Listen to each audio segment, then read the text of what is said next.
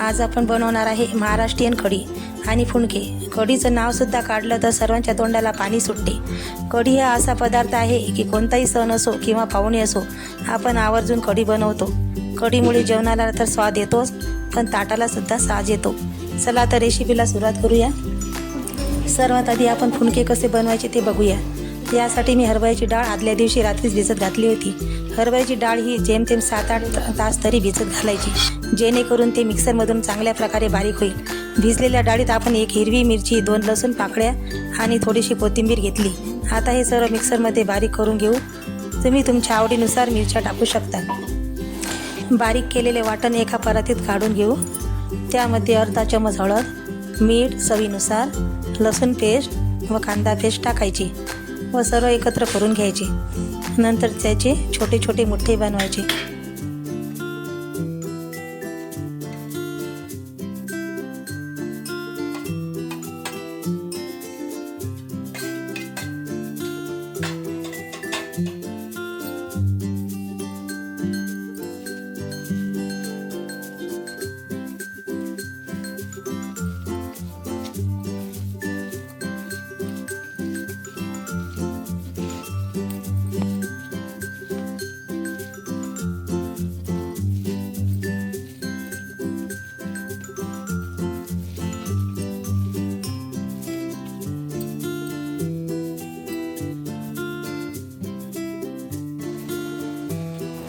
नंतर एका पातेल्यात पाणी गरम करायला ठेवायचे।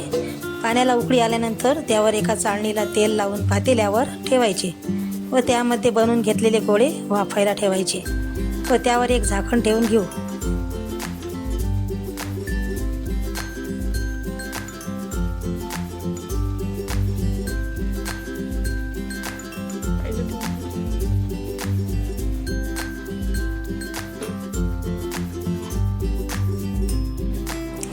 पाच मिनिट झालेले आहे। आता आपण ताट काढून बघूया। बघा, आपले फुणके छान वाफवले गेलेले आहेत। आता कढी करता एका पातेल्यात दही घेऊया। दह्याला रवी फिरून त्याचे ताक करायचे। ताक तयार झाल्यानंतर त्यामध्ये 2 चम्मच बेसन टाकायचे व पुन्हा रवी फिरवायची।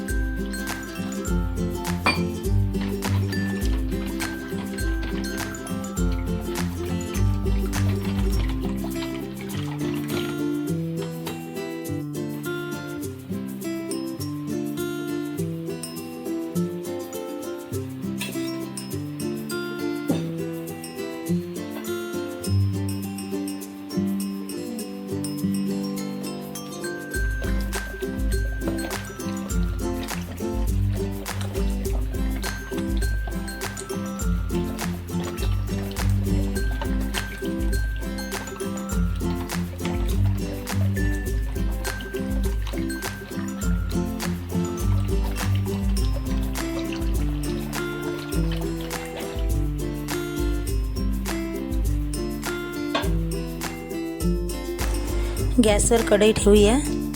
कढई गरम झाल्यानंतर त्यामध्ये अर्धी वाटी तेल टाकून घ्यायचे। तेल गरम झालेले आहे। आता आपण मोहरी टाकूया। मोहरी फुटल्यानंतर जिरं व कढीपत्ता टाकायचा व नंतर लसूण मिरचीची पेस्ट टाकायची। हे सर्व परतून घेऊ।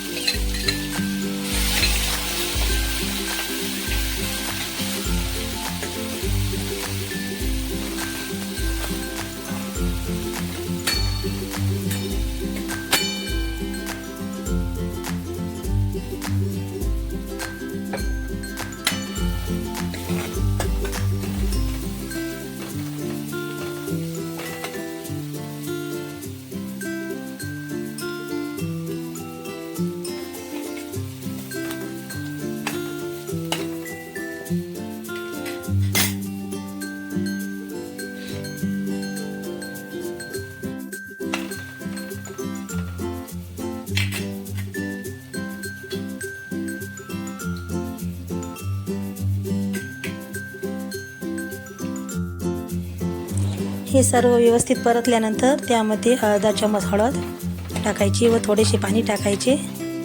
आपण जर मिश्रणामध्ये लगेच ताक टाकले तर कढी फुटू शकते, म्हणून आपण आधी पाणी टाकले व नंतर बेसन टाकलेले ताक टाकून घ्यायचे. आपल्या चवीनुसार त्यामध्ये तुम्ही पाणी टाकू शकता आणि मीठसुद्धा. थोडीशी बारीक केलेली कोथिंबीर टाकायची.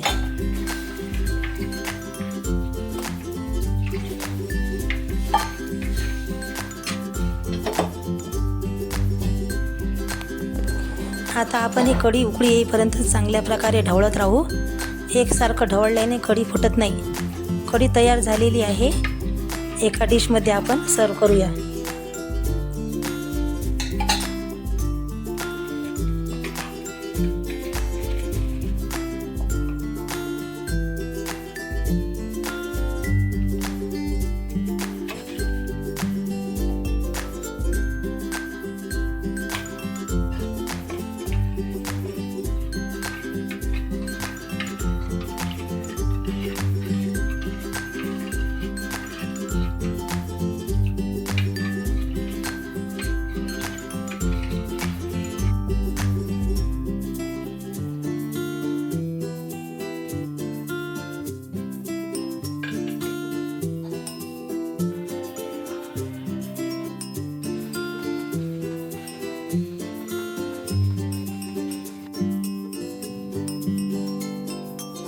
तुम्हाला जर रेसिपी आवडली असेल तर लाईक, शेअर, सबस्क्राईब करायला विसरू नका. धन्यवाद.